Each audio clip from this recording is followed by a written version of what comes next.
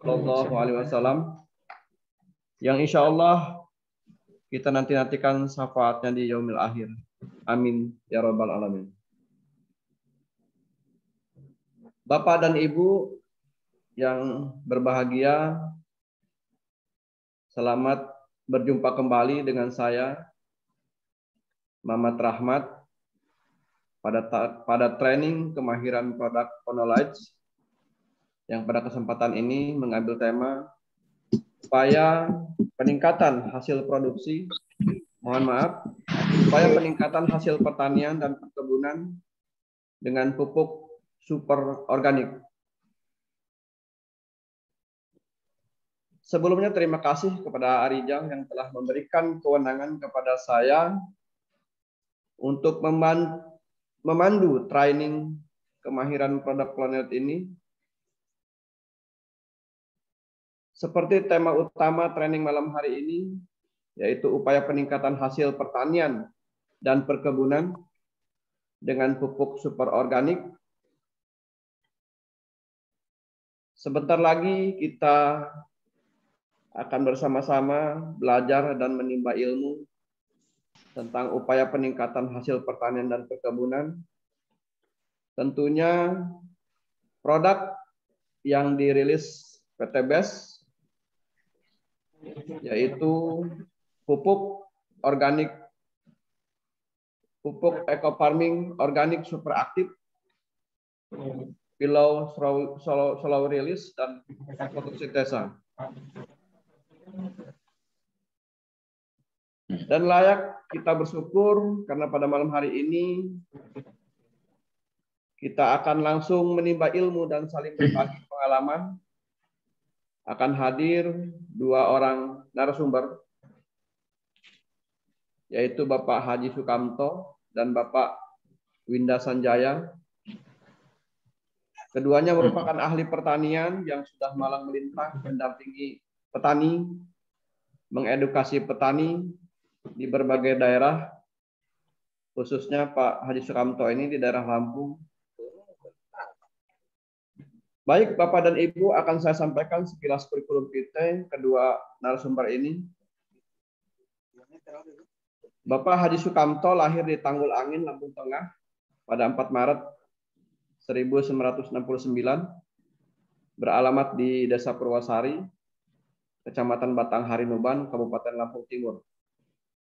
Bapak Haji Sukamto tergabung di PT BES Smart Synergy World Group PIC SEV 10 dengan raihan reward 1 umroh, 1 mobil cash, dan menuju Pajero 500 juta. Kita doakan secepatnya bisa meraih Pajero 500 juta. Perlu diketahui selain sebagai pendamping petani, Bapak Sukamto ini telah mengembangkan tanaman pisang Cavendish dan tanaman kurma yang dipadukan dengan pupuk eco farming, dan alhamdulillah dalam waktu 8 bulan kurma tersebut sudah mulai berbuah. Jika Bapak dan Ibu ingin mencoba mengembangkan tanaman kurma di pekarangan rumah, silakan menghubungi Bapak Haji Sukamto di Kabupaten Lampung Timur. Sedangkan pembicara yang kedua yaitu Bapak Bapak Winda Sanjaya adalah leader PT BES, tergabung di Smart Synergy World PIC 11. Beliau meraih 3 umroh dan menuju Pajero 500 juta. Oleh karena itu, kesempatan malam hari ini harus kita manfaatkan dengan sebaik-baiknya, supaya nantinya Bapak dan Ibu betul-betul memahami materi yang akan disampaikan kedua narasumber ini untuk bekal mendampingi para petani. Minimal kita memahami untuk pengetahuan kita sendiri. Silakan Bapak dan Ibu simak baik-baik apa yang akan dipaparkan kedua narasumber ini. Dan misalnya nanti ada hal-hal yang perlu ditanyakan terkait materi yang beliau sampaikan, akan kita berikan waktu khusus kepada Bapak dan Ibu untuk bertanya setelah kedua pembicara ini menyampaikan semua paparan materi ini. Baik, Saya tidak berlama-lama, langsung saja kami mohon kepada Bapak Sukamto sebagai pembicara pertama. Waktu saya persilahkan. Silakan, Pak. Baik. Assalamualaikum warahmatullahi taala wabarakatuh. Alhamdulillah, salatu wassalamu ala Rasulillah wa ala alihi wa sahbihi ajma'in. Faqala Allah taala fi kitabil karim, a'udzu billahi minasyaitonir rajim. Bismillahirrahmanirrahim. La tasriba alaikum yawma yaqturakum wa arhamur rahim. Shadaqallahul azim. Pertama, untuk kita bersyukur pada Allah Subhanahu wa taala di mana pada malam hari ini kita dapat bersilaturahim tentunya di dalam ini pupuk organik super aktif baik eco farming maupun fotosintesa. Kepada Ibu yang saya hormati, pertama saya ucapkan terima kasih kepada founder kita Bapak Haji Masturi dan co-founder kita Ibu Hajah Elis Ranasari beserta Bapak dan Ibu dari Mitra SSW 1 sampai dengan 29. Semoga malam hari ini menjadi satu momen kita untuk kita saling belajar, saling mengingatkan bahwa tugas kita adalah dakwah, di mana dakwah itu kita hanya mengajak, tidak mengajari. Lalu yang keduanya, tak lupa saya ucapkan selamat pada Bapak dan Ibu yang telah meraih reward baik di promo kemerdekaan maupun promo sampai di Oktober tahun 2021. Semoga kita selalu diberikan kenikmatan sehat, keberkahan, dan tidak lupa yang terakhir adalah kita bisa membantu para mitra-mitra kita untuk sukses juga, tentunya sukses berjamaah. Bapak dan Ibu, kita akan mulai dengan materi yang pertama. Silakan Nak Rizal untuk di-share materinya. Yang pertama adalah fotosintesa. Keunggulan daripada produk ataupun fungsi daripada fotosintesa pertama adalah keunggulannya adalah menyediakan nutrisi secara holistik, secara menyeluruh dan tepat guna, di mana fotosintesa ini mampu memenuhi kebutuhan akan unsur-unsur yang sangat tinggi dan tepat guna yang dibutuhkan tanaman sehingga dapat memaksimalkan hasil daripada panennya. Keduanya adalah teknologi fotosintesa dan pembenahan tanah yang menggunakan sensor yang rinci untuk memberikan analisa lebih baik. Kemudian instalasi yang mudah, alat dapat dipasang dengan mudah dengan perawatan yang juga mudah dilakukan. Keunggulan daripada yang fotosintesa yang terakhir adalah tampilan yang nyaman dan trik, artinya kemasannya bisa kita bawa kemana-mana tanpa berat ya. Adapun fungsinya sebagai penyempurna sistem pemupukan yang efektif dan efisien dengan kandungan humic acid sebagai pembenah tanah, kandungan hormon GA3 untuk memaksimalkan pertumbuhan tanam secara maksimal. Next. Lanjutkan. Adapun manfaatnya kita membagi dalam 3 manfaat. Yang pertama adalah manfaat tanah. Manfaat tanah adalah meningkatkan unsur hara tanah, di mana unsur hara tanah akan terpenuhi daripada nutrisi-nutrisinya, kemudian mengurai bahan organik yang ada di dalam tanah. Selanjutnya untuk meningkatkan pH tanah menjadi normal. Ini penting sekali bagi kita untuk mendampingi daripada petani yang kalau selama ini mereka menggunakan pupuk kimia, tentu terjadi suatu korosi pada tanah yang berakibat pada tidak stabilnya pH dalam tanah itu. Kemudian yang keempat adalah mengembalikan kesuburan lahan akibat unsur kimia yang berlebih seperti tadi yang saya sampaikan. Yang terakhir adalah mengubah zat yang tidak dibutuhkan tanaman menjadi zat yang dibutuhkan. Untuk tanaman sendiri, fotosintesa bermanfaat sebagai teknologi fotosintesa yang memaksimalkan pertumbuhan daripada tanaman tersebut. Kemudian tanaman lebih kuat, sehat, tahan terhadap serangan OPT atau organisme pengganggu tanaman. Kemudian mempercepat daripada masa panen, dan yang terakhir adalah memaksimalkan kualitas daripada hasil panen. Selanjutnya, manfaat fotosintesa pada petani atau pelaksana daripada pengarah. meringankan biaya produksi khususnya pupuk, kemudian menjadikan alternatif pemupukan berimbang. Selanjutnya adalah meningkatkan pemakaian pupuk kimia sintesa secara 100%. Yang terakhir adalah meningkatkan hasil panen yang maksimal. Cara aplikasi kita membagi menjadi 3, pembiangan, di mana pengenceran dan penyemprotan. Satu aplikasi daripada pupuk fotosintesa, 1 saset, kita biangkan ke dalam 1 liter air, ya. Kemudian kita bagi menjadi 4 tangki semprot, ya. Jadi kalau efektivitasnya, jadi dalam pembiangan 1 liter itu kita bagi, jadi per tangkinya kita bisa bagikan 250 cc, ya. Adapun pengencerannya dalam 1 tangki bisa dimanfaatkan yang tangki 15 sampai 20 liter.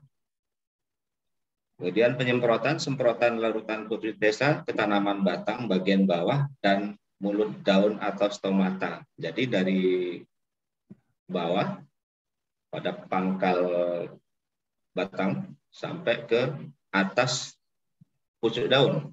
Tidak di atasnya tapi ya, tidak di atasnya. Next. Adapun tabel panduan aplikasi bisa nanti dilihat di kemudian kita lanjutkan saja ya sampai materi yang kedua. Materi kedua, silakan slide-nya.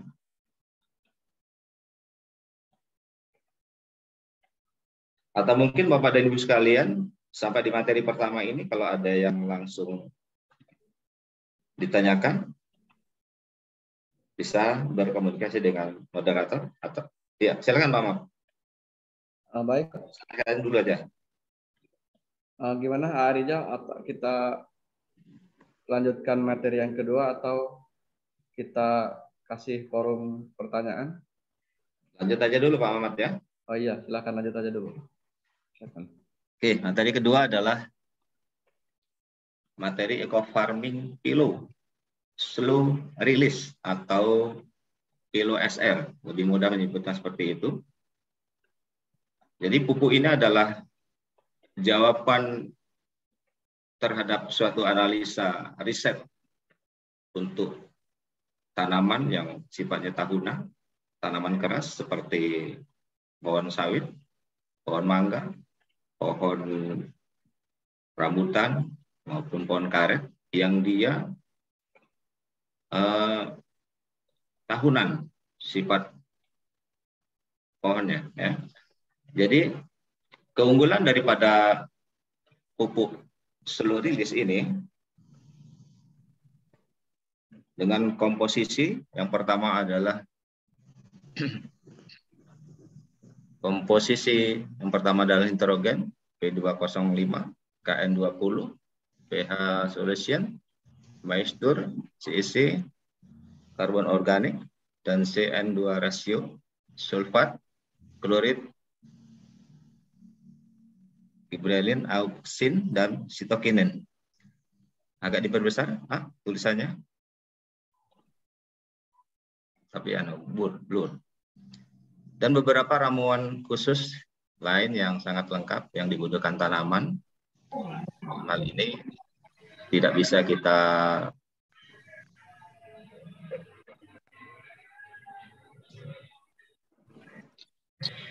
kemudian kita bicara tentang manfaat daripada pupuk eco farming kilo slow release. Yang pertama adalah meningkatkan hasil buah menjadi lebih cepat. Kemudian meningkatkan dan memaksimalkan buah menjadi lebih besar dari 20% sampai 50%. Ya. Yang ketiga dibutuhkan adalah imun tanaman. Kemudian mempercepat masa panen, meningkatkan suburan tanah. Dan yang keenam adalah mempercepat pertumbuhan tanaman. Kemudian memberikan semua nutrisi yang dibutuhkan tanaman. Ya.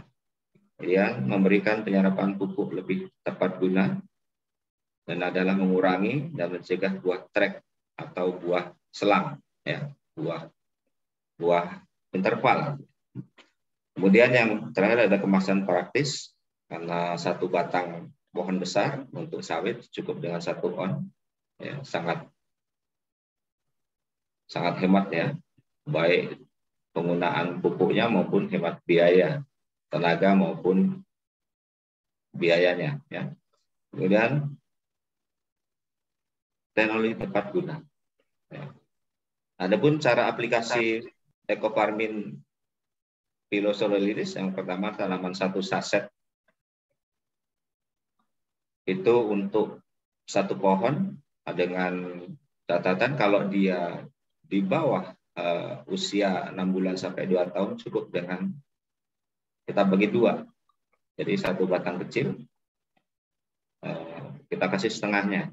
Jadi 1 saset, 1 bungkus bisa kita gunakan 2 batang. Kemudian kalau usia sawit di atas 2 tahun, 1 saset per pohon. Keuntungan daripada penggunaan pupuk Pilosophiliris ini adalah penghitungan per bulannya kita pupukkan setiap 3 bulan sekali. Apabila dalam standar 1 hektar itu disesuaikan dengan jumlah pohon, kalau dalam 1 hektar itu kurang lebih 120 atau 140, berarti dia cukup dengan 12 kilo atau 14 kilo dalam 1 hektar. Karena 1 batangnya cukup dengan satu bungkus. Ya. Kemudian kebutuhan pupuk daripada tanaman di bawah 2 tahun berarti adalah kita bagi 2 saset. Kalau dia dalam 1 hektar itu ada 140 pohon, berarti kita hanya memerlukan 70 bungkus atau saset kecil. Ya. Pemupukan dilakukan setiap 3 bulan atau 4 bulan sekali pemupukan dalam 1 tahun. Dengan jumlah, kalau kita hitung, jadi 70 dikalikan 4, jadi ketemu 280 saset per tahun per hektar. Jadi sangat irit, ya, sangat hemat biaya. Adapun kalau kebutuhan daripada pupuk di usia tanaman di atas 2 tahun, maka 1 saset kita berikan 1 batang. Kalau kita hitung dalam 1 hektar itu ada 140, maka kita tinggal kalikan saja. Jadi kurang lebih 140 batang sama dengan 140 saset per hektar. Kita kalikan 3 berarti kurang lebih sekitar 560 saset per tahun per hektar. Gitu. Nah.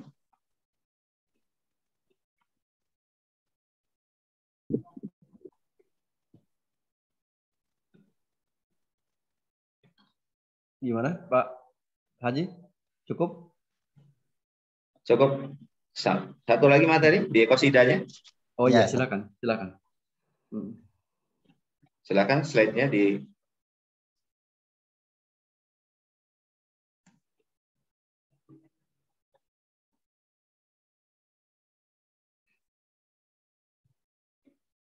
Baik. Materi terakhir ya, Bapak Ibu sekalian ya.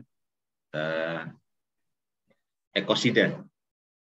Ekosida itu bahasa familiarnya adalah pestisida. Ya, cuman menangnya di ekosida ini dalam 1 produk ekosida itu mengandung 3 unsur. Yang pertama adalah fungisida untuk memberantas jamur, kemudian insektisida atau intisida, yang ketiganya adalah bakterisida, sangat efisien untuk mengobati.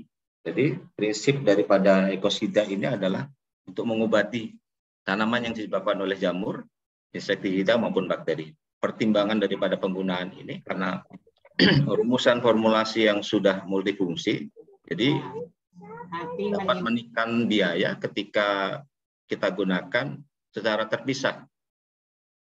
Jadi 3 in 1 ya. Jadi ekosida ini 3 in 1 karena mengandung 3 unsur, yaitu adalah fungisida memberantas daripada jamur, insektisida adalah memberantas daripada serangga, kemudian bakterisida untuk memberantas daripada bakteri.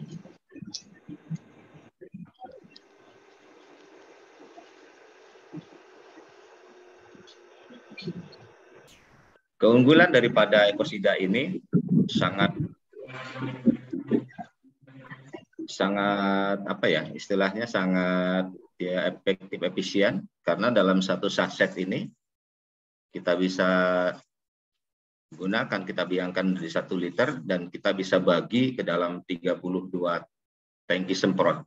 Jadi kalau kita kalikan dalam satu tangki semprot itu kurang lebih 16 liter, maka dalam satu saset ini kita bisa gunakan menjadi kurang lebih 512 liter.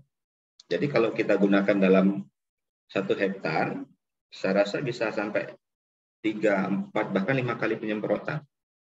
Ya. Jadi yang perlu nanti diingatkan kepada co-founder kami, perlunya penambahan daripada keterangan di sampul ini. Ya, di sampul ini perlu ditambahkan nanti kalau misalkan co-founder kita bisa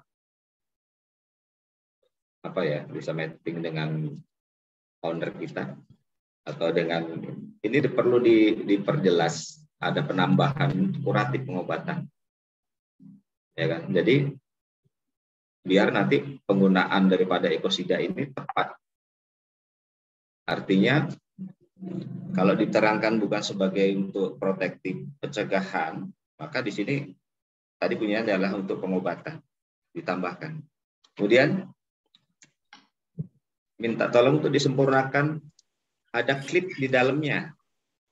Contohnya fotosintesa yang pertama, itu pada waktu pertama kita ada klipnya di dalam. Jadi kalau kita pemanfaatan kita hanya 1 saset ini dibagi 4 kali, yang pemanfaatan kedua sampai ketiga atau keempatnya, dia tidak mengalami kelembapan kalau ada saset di dalam. Saya rasa itu Pak Muhammad. Ya, 3 materi yang saya sampaikan, mohon maaf dengan keterbatasan. Bila nanti ada yang bertanyakan, monggo saya persilahkan. Selanjutnya saya kembalikan pada Pak Muhammad. Assalamualaikum warahmatullahi wabarakatuh. Baik, terima kasih Bapak Haji Sukamto yang telah memaparkan 3 produk tadi, yaitu produk ekofotosintesa, kemudian slow release, dan ekosida. Terima kasih Pak Haji. Kemudian kita ke pembicara yang kedua, yaitu Bapak Winda Sanjaya yang akan menyampaikan atau memaparkan produk pupuk eco farming super aktif. Kepada Bapak Winda Sanjaya, saya persilahkan. Assalamualaikum warahmatullahi wabarakatuh. Waalaikumsalam warahmatullahi wabarakatuh. Terima kasih kepada Pak Muhammad Rahmat dan kepada semua peserta yang bisa hadir di acara Zoom meeting kali ini. Merupakan Zoom meeting yang kesekian kali. Salah satu bagian dari bagaimana kita bisa memahami produk knowledge, khususnya malam ini adalah tentang apa yang kita namakan sebagai pupuk. Berbicara masalah pemupukan, sebetulnya kita berbicara masalah konsep bagaimana kita bisa membenahi unsur hara tanah. Nah, sebelumnya saya ucapkan terima kasih kepada Abi Masturi dan Bu Elis, pelaku founder dan co-founder dari Smart Synergy World. Kemudian ada Pak Asep, ini guru saya luar biasa di Perkebunan Maduwangi, Cirangkong, Subang. Kemudian ada Pak Sukrisno, orang yang telah memperkenalkan pemupukan. Kemudian ada istri saya ini Bu Rositawati dan anak saya tercinta Irma Dela Salsabila dan Safira Humaira yang selalu saya tinggal pulang malam terus. Semoga memberikan keberkahan buat kita semua. Amin. Amin, amin, amin. Kita kembali kepada permasalahan. Masalah pupuk sebetulnya masalah yang gampang-gampang susah untuk kita aplikasikan. Ketika kita berbicara masalah pemupukan, sebenarnya ada suatu konsep bagaimana kita bisa membangun suatu fondasi yang kuat. Fondasi di sini adalah apa yang kita sebut dengan istilahnya power of hydrogen atau pH. Karena bagaimanapun bagusnya suatu pupuk, tapi tidak didukung oleh pH yang bagus, itu tidak akan bisa diserap maksimal oleh tanaman apapun. Tapi kalau pH itu sudah ideal, itu insya Allah pupuk, bukan saya mengatakan pupuk yang bagaimanapun, apalagi pupuk sekelas pupuk yang dikeluarkan oleh PTBS. Kemudian ada narasi nanti yang harus saya luruskan, ada pupuk organik dan anorganik. Kita jangan sampai keliru ketika menyampaikan atau ketika kita mensosialisasikan kepada petani dimanapun kita berada, karena ini bisa menjebak kita. Organik, anorganik, tanaman organik itu harus betul-betul kita luruskan.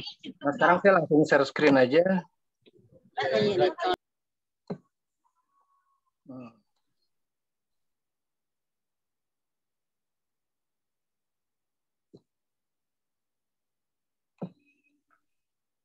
Bentar.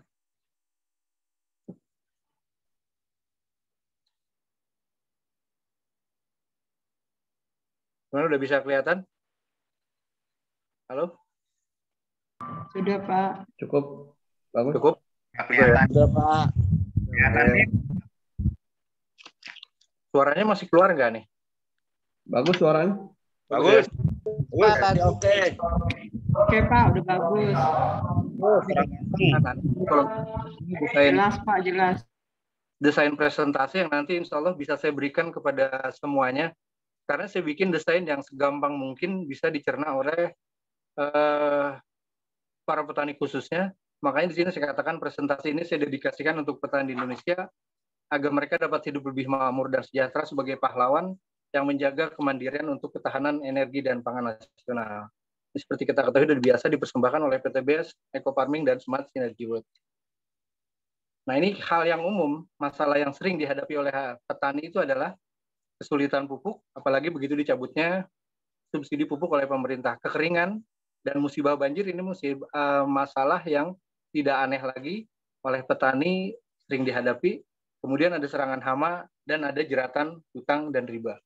Makanya di perusahaan kita bersyukur banget ada di komunitas PTBS, bagaimana kita bisa terlepas dari jerat hutang dan riba. Apalagi kalau kita udah berhadapan sama petani, itu udah bukan hal yang aneh. Mereka terjerat hutang dan riba, terutama masalah pengadaan pupuk. Nah, ini adakah solusi buat kami? Petani ini selalu bertanya tentang hal ini gitu ya. Tentu saja ada kan. Karena kita senantiasa hadir memberikan solusi terbaik untuk para petani agar ketahanan energi dan pangan tetap terjaga serta kesejahteraan petani makin meningkat dan memberikan kehidupan yang lebih baik untuk diwariskan kepada anak kita. Oke, ini kami persembahkan. Kita sudah mengetahui pupuk organik super aktif, eco farming, tagline-nya lahan subur petani makmur. Nah, saya ulangi sekali lagi, apa sih yang dimaksud dengan pupuk organik super aktif? Arti super aktif di sini bahwa pupuk eco farming itu sebetulnya terdiri dari kandungan-kandungan. Kalau di petani kita jangan sebutnya mikroorganisme atau apalah namanya. Mungkin nanti dia akan agak kesulitan. Tapi kita bilang aja itu adalah suatu bakteri yang ada dalam kumpulan eco farming dan dia akan aktif ketika kita berikan nutrisi. Nah, nutrisi yang saya anjurkan di sini karena di Indonesia tuh banyak ada beberapa hal, saya menganjurkan banget tuh air kelapa. Karena air kelapa berdasarkan penelitian itu adalah air yang mengandung banyak nutrisi dan air yang paling steril di dunia. Nah, ini yang tadi saya sebutkan. Eco farming itu adalah pupuk organik super aktif. Nah, sebagai kabar gembiranya, eco farming original ini sekarang tempatnya bisa kita jadikan wadah sebagai gelas ukur. Jadi kita nggak kesulitan lagi kita mengambil 50 cc, berapa cc itu untuk eco farming original itu udah ada semua di situ. Kemudian di sini ada tulisan restorasi kesuburan tanah, tanaman sehat produktif, dan ramah lingkungan. Itulah bagian dari agro ekosistem ideal. Ketika ini sudah terpenuhi, insya Allah hasil tanam atau produk pertanian menjadi makin meningkat. Nah, ini ya, itu ada C organik, kandungan C organik saat ini yang tertinggi memang dimiliki oleh eco farming. Saya sudah cari beberapa literatur yang memiliki C organik adalah 51,6 farming. Nah, ini adapun penyusun-penyusunnya, makanya dikatakan pupuk organik eco farming itu pupuk yang sebetulnya terdiri dari makro primer, makro sekunder, dan mikro. Yang namanya makro primer itu sebenarnya kumpulan dari namanya NPK. Pupuk apapun di dunia ini pasti terdiri dari susunan NPK. Sedangkan hal-hal yang lain itu adalah merupakan komponen tambahan. Dalam hal ini, eco farming itu udah ada semuanya. Semuanya udah lengkap banget. Udah berfungsi sebagai dekomposer, macam-macam, ramah lingkungan. Pokoknya udah cukup banget lah kalau kita berikan ke petani. Komunitas apapun pasti bisa menerima. Orang yang mengerti pupuk, begitu melihat kandungan C organiknya pun, mereka udah yakin banget bahwa ini memang pupuk bagus. Nah, ini nih yang sebaiknya kita ketahui nih. ketika kita berkunjung ke petani, saya harapkan sekali lagi jangan sampai kita tidak membawa alat atau tool yang kita bawa, dalam arti kita jangan sekali-kali sosialisasi ke petani dengan tangan kosong. Minimal kita ada alat pembuktian bagaimana cara mengukur pH, alat ukur unsur hara yang pakai lampu, dan ini kita nggak usah yang pakai terlalu rumit. Kalau yang ada paling kiri, itu harganya paling tinggi.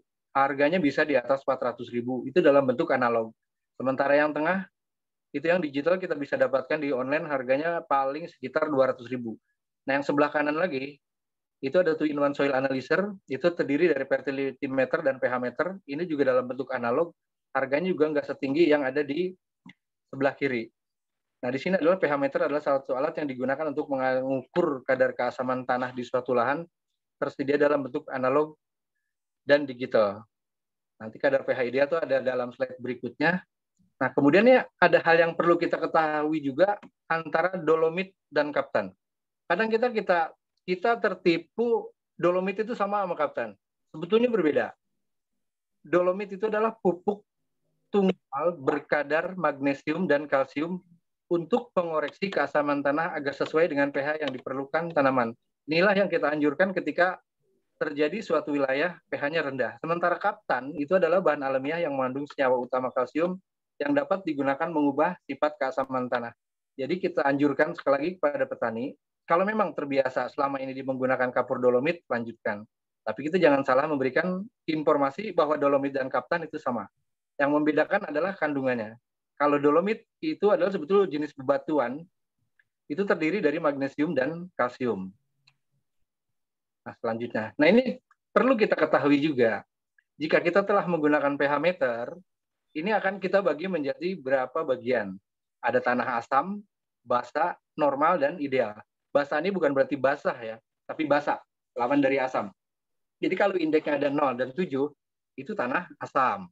Kemudian 7 sampai 14, itu tanahnya kategori basa. 6 dan 8 itu normal, ideal 6,5 sampai 7,5, tapi kita ambil di tengahnya 6 sampai 7. Nah, bagaimana ketika kita mendapatkan tanah itu basa, atau dalam arti pH-nya tinggi banget?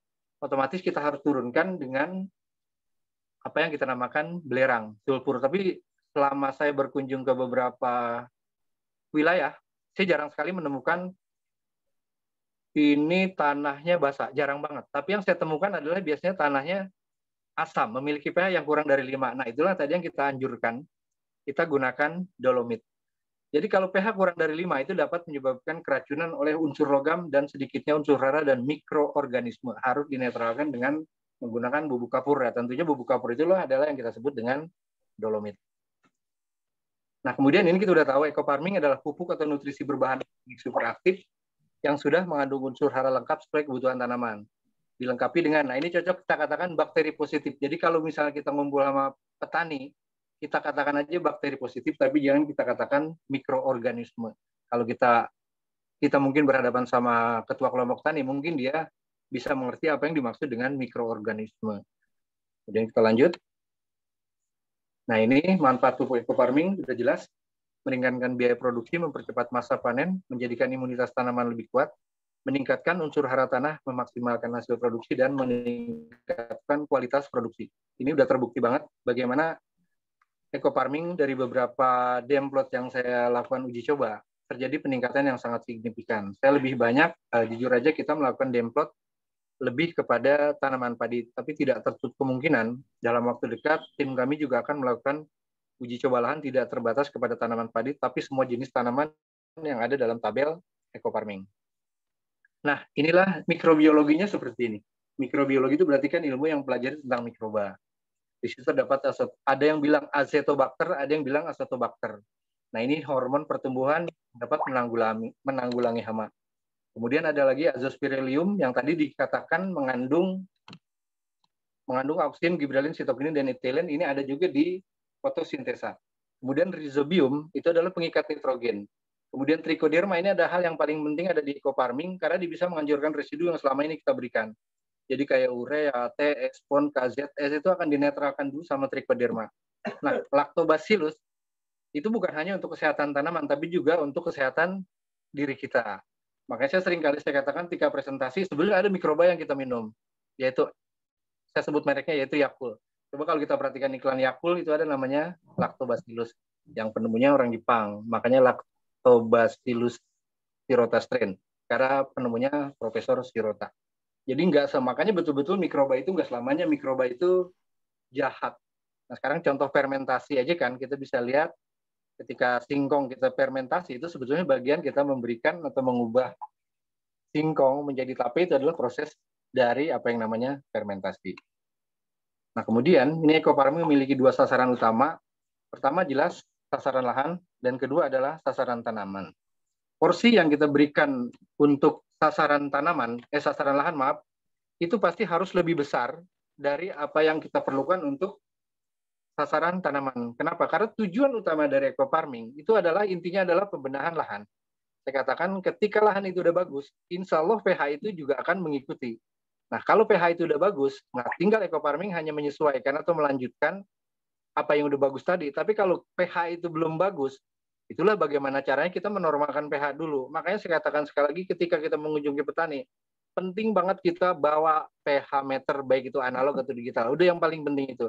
Masalah fertility atau tingkat kesuburan, dia akan menyesuaikan dengan pH yang ada. Walaupun mungkin pH bagus, tingkat kesuburan atau fertility belum tentu bagus.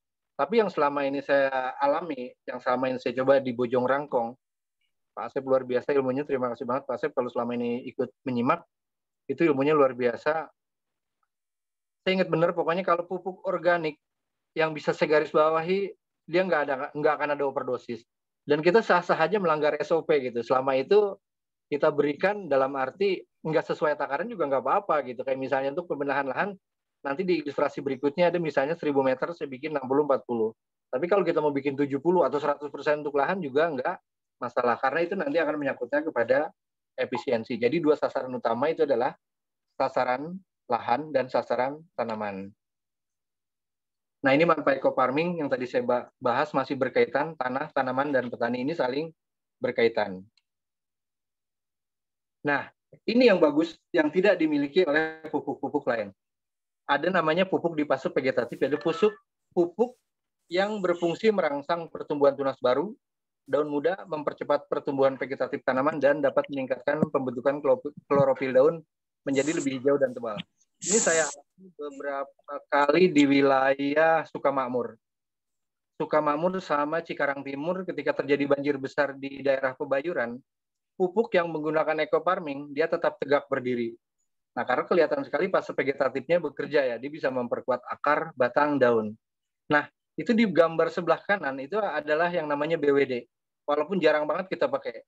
BWD adalah fungsi untuk mengetahui kadar nitrogen di tanaman. BWD itu singkatan dari bagan warna daun. Jarang banget kita pakai. Maka saya katakan toolkit atau device yang kita bawa ketika mengunjungi petani, minimal banget kita bawa pH meter. Jangan kita datang ke petani, kita tanpa bawa alat apa-apa. Ibarat teknisi kalau saya di komputer, paling nggak saya bawa hard disk eksternal sama DDR, memori.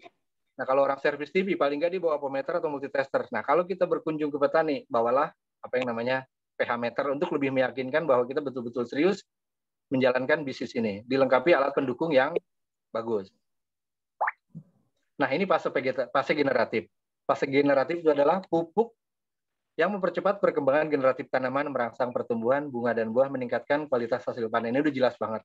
Dari narasi ini kita udah tahu kenapa ketika menggunakan pupuk eco-farming, dia bisa berbuah lebih cepat, hasil panen lebih meningkat karena berfungsinya fase generatif. Jadi ada dua fase, vegetatif dan generatif. Nah, ini demplot nih. Pengertian demplot itu adalah salah satu bagian dari metode penyuluhan pertanian yang menjadi cara bagi penyuluh dalam menyampaikan materi pada para petani.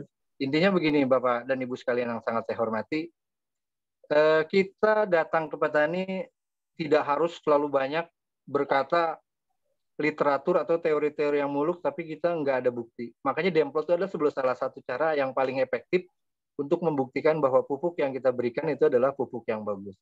Nah, kenapa dikatakan demplot? Karena luas lahannya yang digunakan 0,1 hektar. Tapi kalau udah misalnya di atas 1 sampai 5 hektar, namanya bukan demplot lagi, itu namanya dempam.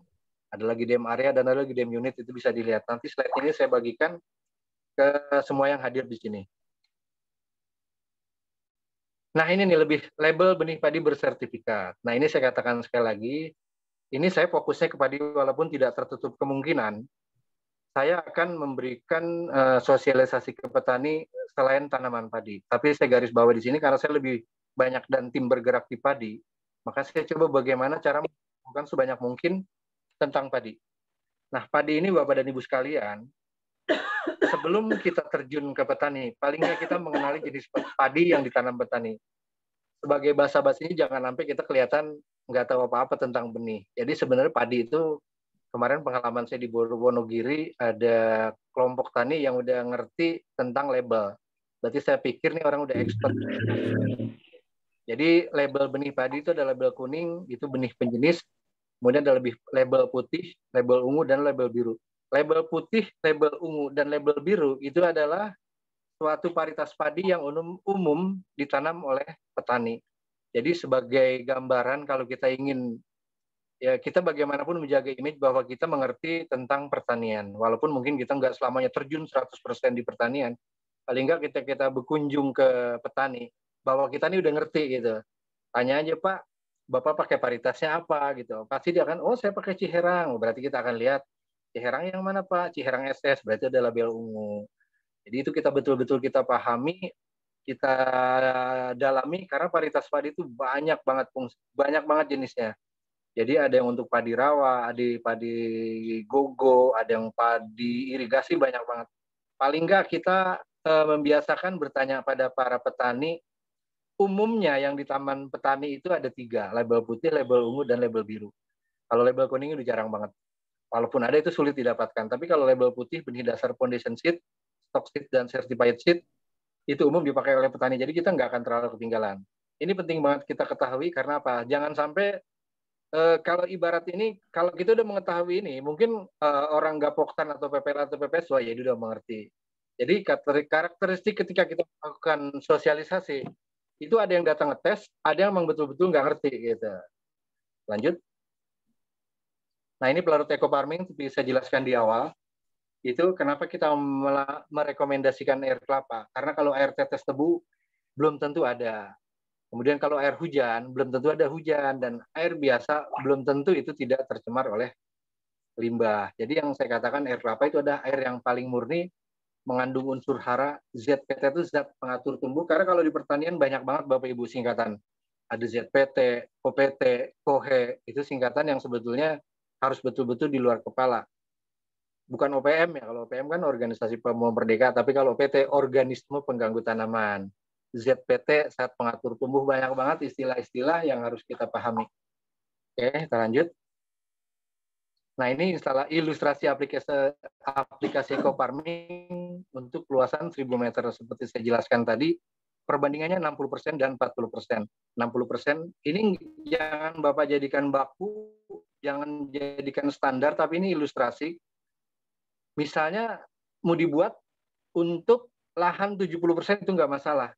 Karena saya katakan lagi, apa yang namanya pupuk organik, itu kita tidak mengenal istilah overdosis. Apalagi kalau misalnya kita gunakan untuk pembenahan lahan yang lebih banyak, itu nggak akan masalah. Nah, yang paling penting ini adalah fermentasi. Jangan sampai kita keliru. Untuk lahan, mutlak harus difermentasi. Dan untuk tanaman, tidak perlu difermentasi. Jangan sampai salah. Sekali lagi, untuk lahan, mutlak harus difermentasi. Tapi untuk tanaman tidak perlu difermentasi, itu saya bagi langsung 14, 28, 42, dan 56. Jadi begitu mau diaplikasikan, larutkan cukup dengan 15 menit. Sekali lagi, tidak perlu fermentasi. Karena yang dibutuhkan lahan itu adalah fermentasi. Tapi tanaman tidak butuh fermentasi, butuhnya nutrisi. Nah ini cara penyimpanan eco farming, ada cara penyimpanan anaerob, yang artinya udara dari luar tidak boleh masuk ke dalam larutan eco farming, tapi dari larutan eco farming bisa keluar dalam bentuk gelembung melalui air yang ada di botol sebelahnya. Kemudian ada lagi. Nah ini ilustrasi aplikasi eco farming juga udah cukup jelas. Dari potongan yang tadi 40% dibagi 4, cukup diamkan 15 menit, masukkan ke dalam tangki, udah. Kemudian waktu semprot sasaran lahan berlaku selama 24 jam, karena kan belum ada tanaman. Kemudian waktu semprot sasaran tanaman mulai pukul 7 sampai 10 ketika stomata terbuka. Oke. Nah ini sebelumnya saya akan, seperti saya katakan tadi, saya akan mencoba membetulkan, bukan mengkoreksi, bukan membetulkan. Jangan sampai kita terjadi kesalahan. Ini sensitif banget sebenarnya. Orang akan berkata, apakah ketika kita menggunakan pupuk organik super aktif eco farming tanaman jadi organik? Tidak. Kita jawab, jangan kita biasakan ketika kita menggunakan pupuk organik, otomatis buah atau padi itu menjadi organik. Enggak semudah itu Bapak dan Ibu sekalian. Untuk memperoleh sertifikasi organik, kita harus melalui beberapa langkah. Salah satunya itu dikeluarkan oleh LSO, Lembaga Sertifikasi Organik dan Komite Akreditasi Nasional. Prosesnya sangat panjang. Nah, kalau Bapak selama ini dapat ada contoh sertifikat, mungkin pernah di-share sertifikat eco farming, itu bukan sertifikasi itu, tapi sertifikat uji efektivitas. Itu untuk tanaman jagung. Nanti bisa Bapak lihat itu. Dan kemudian dari Inopais, kita pernah lihat Inopais, Indonesian Organic Farming Certification, bahwa eco farming itu adalah pupuk organik padat. Nah, bisa digunakan dalam sistem pertanian organik. Tapi sekali lagi saya gambarkan, saya jelaskan sekali lagi, jangan sampai sekali-kali kita kesalahan narasi menyampaikan kepada petani, ketika kita menggunakan pupuk organik, buah, sayuran, atau tanaman menjadi organik. Sangat panjang masih prosesnya Bapak Ibu sekalian. Yang saya katakan tadi itu harus melalui namanya LSO, Lembaga Sertifikasi Organik. Bagaimana syarat menjadi tanaman organik? Pertama, walaupun mungkin ada variabel-variabel yang banyak dan juga nanti ada toleransi, oke lah diluluskan gitu. Jadi syaratnya misalnya salah satunya, dia pertama airnya nggak tercemar limbah. Itu udah pasti harus tidak tercemar limbah. Jadi harus betul-betul murni. Kemudian tidak ada di daerah yang polutannya tinggi, tingkat polusinya tinggi. Kalau kita mau mengembangkan, orang bilang mengembangkan pertanian organik di pinggir jalan banyak polusi, itu udah gugur sebetulnya. Itu udah nggak berlaku lagi organiknya. Makanya di sini itu betul-betul diawasi oleh suatu lembaga independen yang dalam ini LSO, Lembaga Sertifikasi Organik, dan dia mungkin berafiliasi sama KAN, Komite Akreditasi Nasional. Nah, ini juga kita perlu garis bawahi sekali lagi bahwa saat ini terdapat pupuk organik dan organik. Ini juga jangan sampai keliru menyampaikan. Yang betul-betul kategori pupuk organik di PTB, setelah saya baca, mohon maaf, itu baru ada di eco farming. Kalau di eco plant protector saya belum lihat, tapi kalau yang mengantongi sertifikat dari Kementerian Pertanian yang betul-betul organik, itu adalah memang baru eco farming. Sementara pupuk yang lainnya masih kategorinya anorganik. Jadi pupuk organik itu adalah pupuk yang tersusun dari materi makhluk hidup seperti pelapukan sisa tanaman, hewan, dan lain-lain. Sementara dari anorganik itu adalah pupuk dan bahan bakunya anorganik, biasanya mengandung unsur hara atau mineral tertentu. Dan itu sebetulnya anorganik bisa katakan kimia, walau mungkin kadarnya nggak terlalu banyak. Jadi ada beberapa hal yang perlu digaris bawahi. Jangan sampai kita keliru ketika kita menyampaikan sosialisasi. Ketika kita menggunakan pupuk organik, otomatis buah, sayuran, atau tanaman menjadi sayuran atau padi organik. Itu enggak. Jawabannya itu enggak. Takutnya ketika menyampaikan, ada orang yang mengerti. Untuk proses mendapatkan buah, padi, dan sayuran organik, prosesnya akan sangat panjang. Nggak bisa kita langsung bikin shortcut, ini organik. Nggak bisa seperti itu. Jangan sampai terulang lagi. Dan kemudian jangan sampai salah menyampaikan. Saya ambil contoh slow release. Slow release itu tidak bisa kita katakan pupuk organik. Kalau bisa kita lihat dari izin yang kemarin keluar, itu kategorinya anorganik, tidak dikatakan organik. Dan kemudian ada tambahan sekali lagi, ketika kita berkunjung ke petani, ingat jangan sampai kita tidak membawa alat. Minimal banget kita bawa pH meter. Udah pakai aja yang paling murah beli di online. Dengan seperti itu paling tidak kita memberikan suatu keyakinan, kepercayaan kepada petani bahwa kita serius bisnis di bidang pupuk. Makanya kalau saya alhamdulillah di tim saya sudah membuat suatu modul yang bisa dipelajari, itu berjumlah hampir 75 halaman. Sebagian saya ambil dari materi Eco Plant Protector. Tapi banyak yang bisa saya ambil di situ, minimal apa yang bisa ditanyakan petani itu udah terjawab. Intinya sekali lagi di pemupukan kita nggak akan pernah ada matinya. Ternyata sekarang ceruk bisnis yang luar biasa tuh kalau saya lihat memang di pemupukan. Apalagi sekarang ada yang namanya slow release. Kalau kita bisa masukkan slow release, insya Allah, memang kata Prof. Raden ya, itu dari repeat ordernya aja itu nggak akan pernah habis. Jadi dari saya cukup sekian. Kurang dan lebihnya mohon maaf, semoga bermanfaat. Wabillahi taufiq wal hidayah. Wassalamualaikum warahmatullahi wabarakatuh. Waalaikumsalam warahmatullahi wabarakatuh. Baik, Bapak dan Ibu sekalian, demikian tadi pemaparan dari Bapak Winda Sanjaya yang cukup lugas, bisa dipahami. Bapak dan Ibu sekalian,